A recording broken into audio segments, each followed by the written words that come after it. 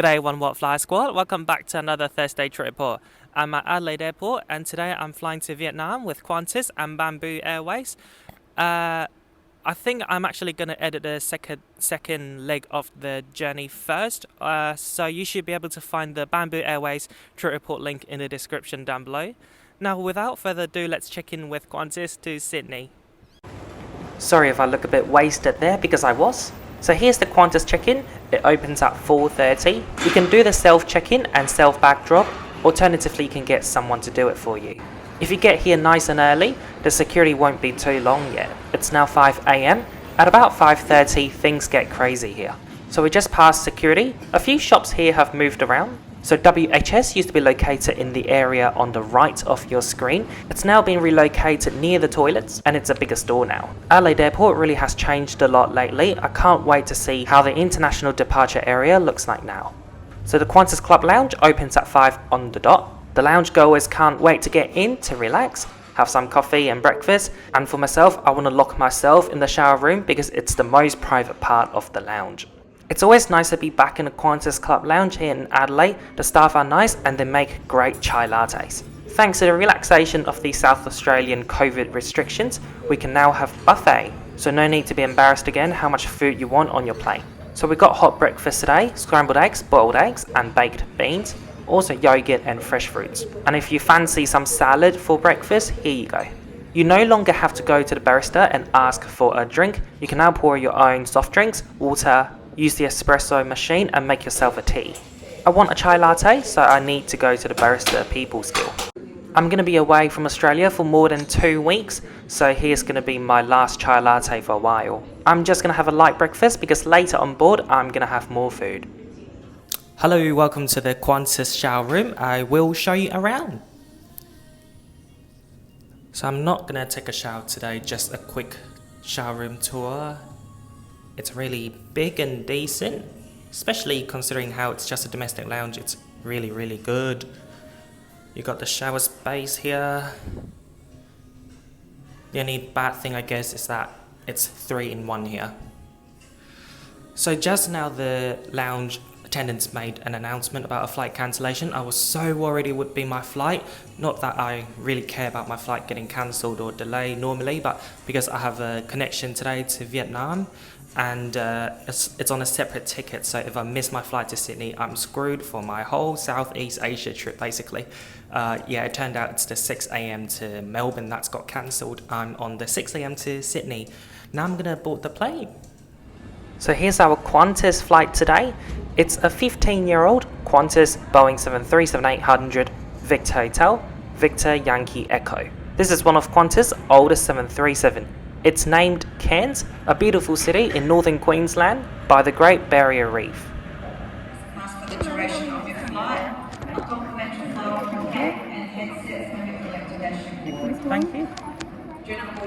In this red container, you can grab a complimentary face mask and hand wipes. The wearing of face mask is still mandatory in all Australian airports and flights. Morning. Good morning, thank you. Round the corner, right? Yeah, thank you. My seat today is the legendary 1A. So Qantas 737 business class is spread across 3 rows in a 2-2 configuration, so 12 seats in total. Every seat here is about 22 inches wide, so 5 inches more than in economy. I'm sitting at the bulkhead, so during takeoff and landing there's no floor storage, everything must go to the overhead locker bins. Devices need to be put away until we're in the air. Radio transmitters and devices without flight mode can't be used at any time. Roof on the door has been closed. That means all electronic devices, including your mobile phones, must now be in flight mode.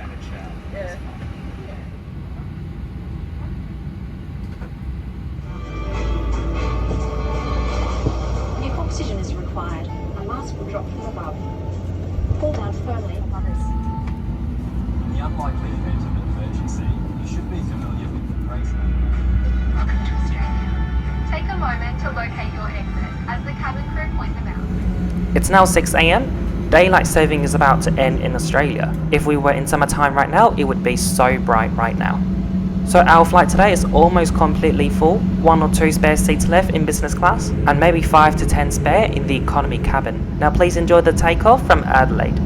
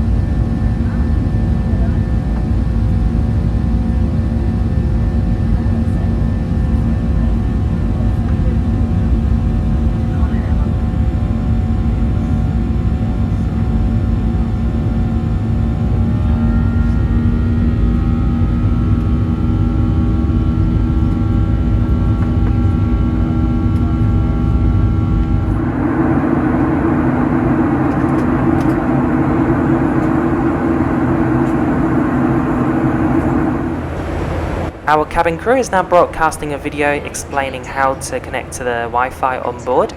It's free to all passengers flying Qantas domestic. You'll just need to watch a short ad and then you'll have access for the entire flight. Here's the result of the internet speed.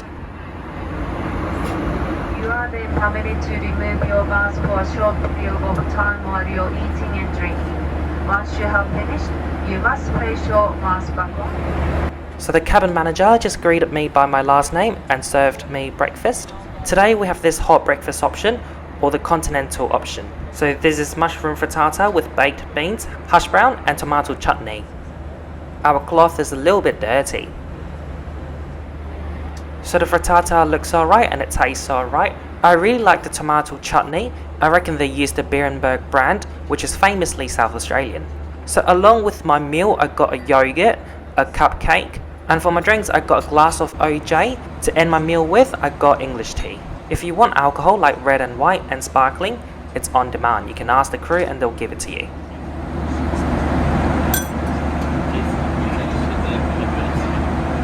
Coat hook. And I'm also going to show you the lavatory very quickly now. Very low ceiling here. My hat's almost bumping it. And a very tiny lavatory overall, but it's good enough for a 737, I guess. So I haven't gone through the seat features yet, so let's do it now. So you've got a seat pocket and your tray table in your armrest. Your headrest is large and it's adjustable. Each passenger has a universal power socket and a USB port. Here's a cocktail table. The cabin crew just gave me a bottle of water for the rest of my flight. So this is a recliner seat, not a flat bed. So you have a generous recline, a leg rest and a footrest. Despite a almost full cabin in business class today, the service was really fast and efficient. Our cabin manager concluded the business class service in exactly 39 minutes since airborne. So business class customers had more time to chill in their seats and go to the lavatory and play with a coat hook. He also came down to the aisle several times during the flight to see if we wanted more drinks or refuel.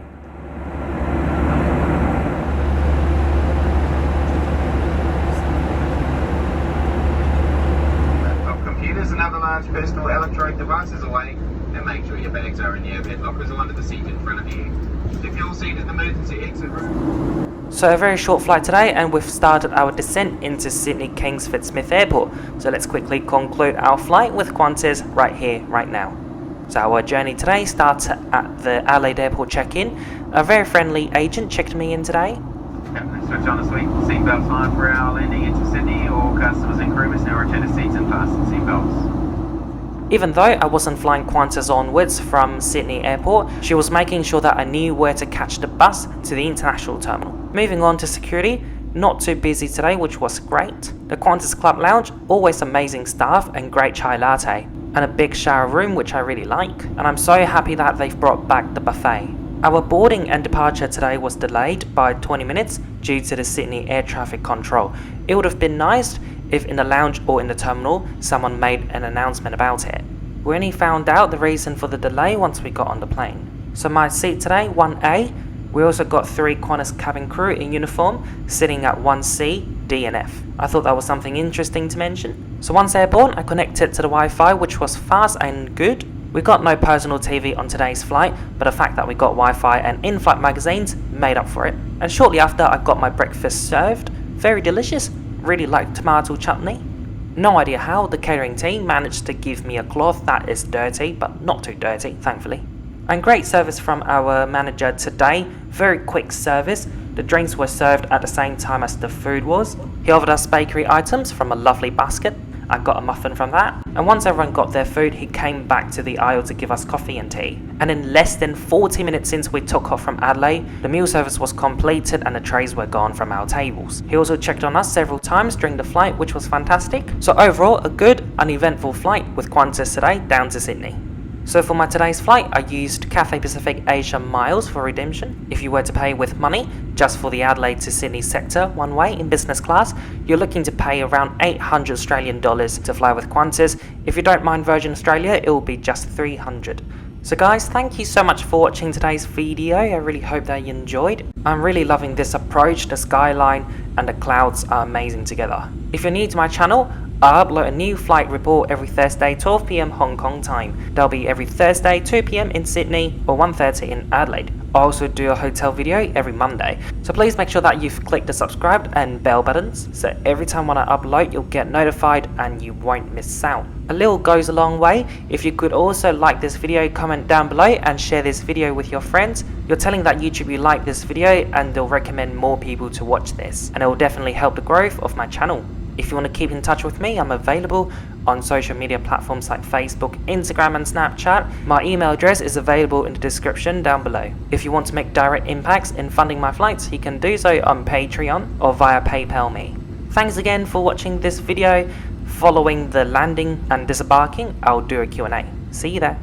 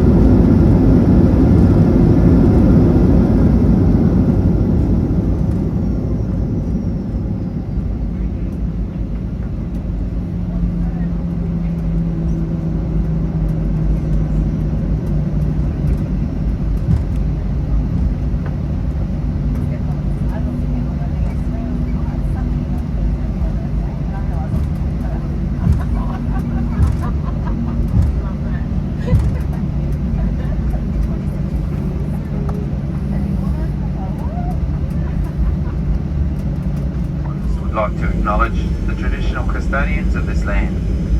Local time here is approximately 24 minutes to 9. As the seatbelt sign is still on, please remain seated with your seatbelt fastened.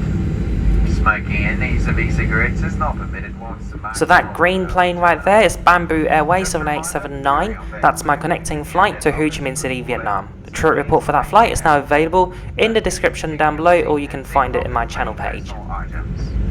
You must continue to wear a face mask as you exit the aircraft and in the terminal building.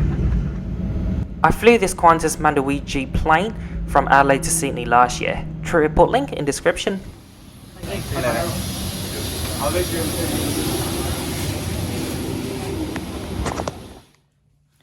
Hello there, long time no see. I haven't done Q&A for a while, so here I am. I've still got some questions that I got from you guys maybe 2-3 months ago, so still have a lot to go through. Maybe I'll do 15 questions in this video. So number 1, lost passport or lost wallet. I've never lost my passport, but wallets a couple of times, but I've always gotten it back. Worst case scenario, I lost some notes and coins, but all my credit cards, ID cards still in there. When will you fly in Q Suite? Hopefully soon. I really want to do Qatar Airways between Auckland and Adelaide, the 5th Freedom route. It's about 900 Australian dollars on a 4 or 5 hour flight, but possibly I'm going to use points, and hopefully I'm going to do it within the next 2-3 months or so. Caviar or truffle? I'm going to say truffle only because I haven't really tried much caviar before, and so far all the truffle I've tried, I love it. Like truffle chips, truffle steak, whatever. Amazing. Where's your next trip? Next trip is quite big. I'm gonna go to Europe and America. In America, I'm gonna go to Chicago, New York, and possibly Boston. In Europe, I'm gonna go to London, Prague, Paris, and possibly Stockholm. And On my way back to Australia, possibly via like a stopover in Bangkok a couple of days. If possible, please try Singapore Airlines from Australia's most livable city to Changi. I'm actually going to do that next month from Adelaide to Changi. Do you prefer Qantas or Virgin Australia? I'm going to say Qantas because you get food, even though sometimes it's shit, and they have more lounges across their network, and you know, like airports like in Tasmania and Cairns, you don't even have a Virgin lounge. But that being said, I still like Virgin Australia. Best airport lounge for wine?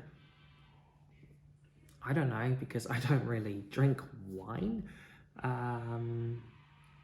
I don't know, I think in my experience on board the aircraft, like business class, you get better wine than in a business class lounge. Because in business class lounge, you have also frequent flyers who are flying in economy, so they don't want to put too expensive stuff there sometimes. Do you listen to Cantopop? Who's your favourite if you do? I don't listen to Cantopop, I'm sorry, but yeah, my go-to music is usually EDM or EDM pop. Bad business class or bad economy class for long haul? Business class, possibly any configuration that you have someone sitting right next to you face to face, like British Airways Club World, because it's really awkward. But I think those seats are really good when it's when you know your neighbour. Economy class, anything that's like 777 343 configuration or like 787 333 configuration, they're not great. But sometimes they do give you extra leg room, like on All Nippon Airways, and that make it up. Any upcoming New Zealand trip?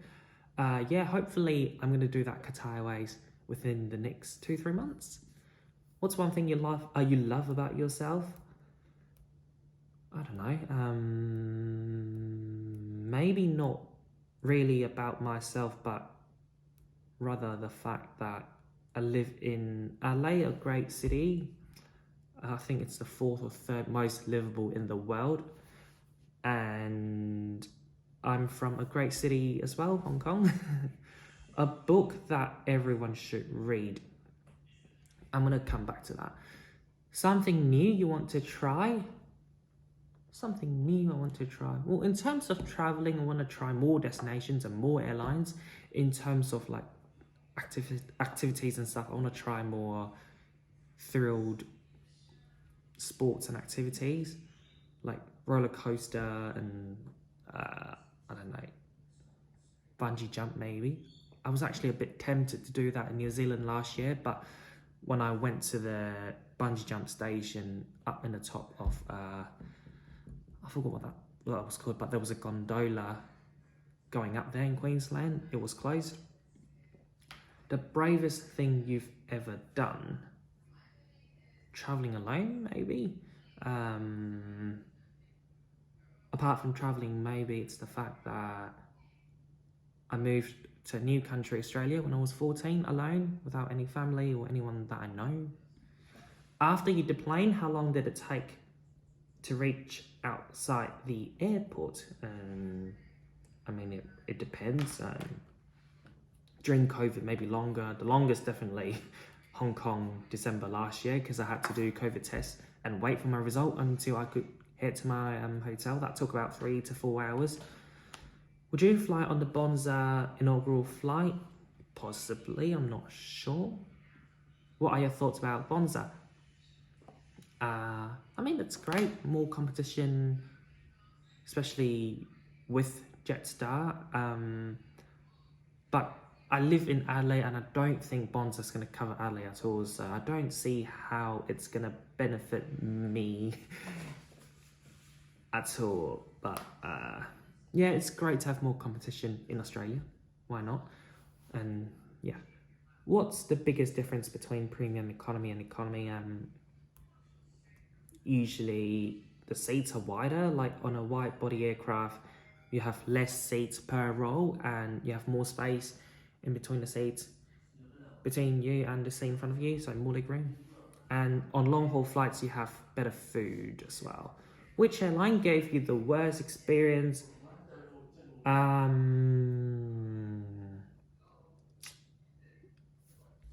mean, with some airlines, including Singapore and Cathay and Qantas, I've had bad, terrible crew members, but I've also had some really good ones with those airlines, so I can't really give you an answer. What's one thing that all airlines should implement as part of their onboard experience that seems obvious but rarely happens? Good question, I don't know. For their onboard experience. Oh, you know what? I think possibly having like a Tinder on board would be fun. Like not necessarily like Tinder dates, but just conversation. So maybe something like connect your phone with the onboard Wi-Fi, and then you can set up a profile, like your personality, age and stuff, what you like, especially regarding traveling, and maybe you can chat with anyone on board who has like similar personalities and interests and traits, and then once you land you can catch up. Especially, I think that's especially helpful and interesting for those who travel by themselves. Do you travel for fun or are they business trips?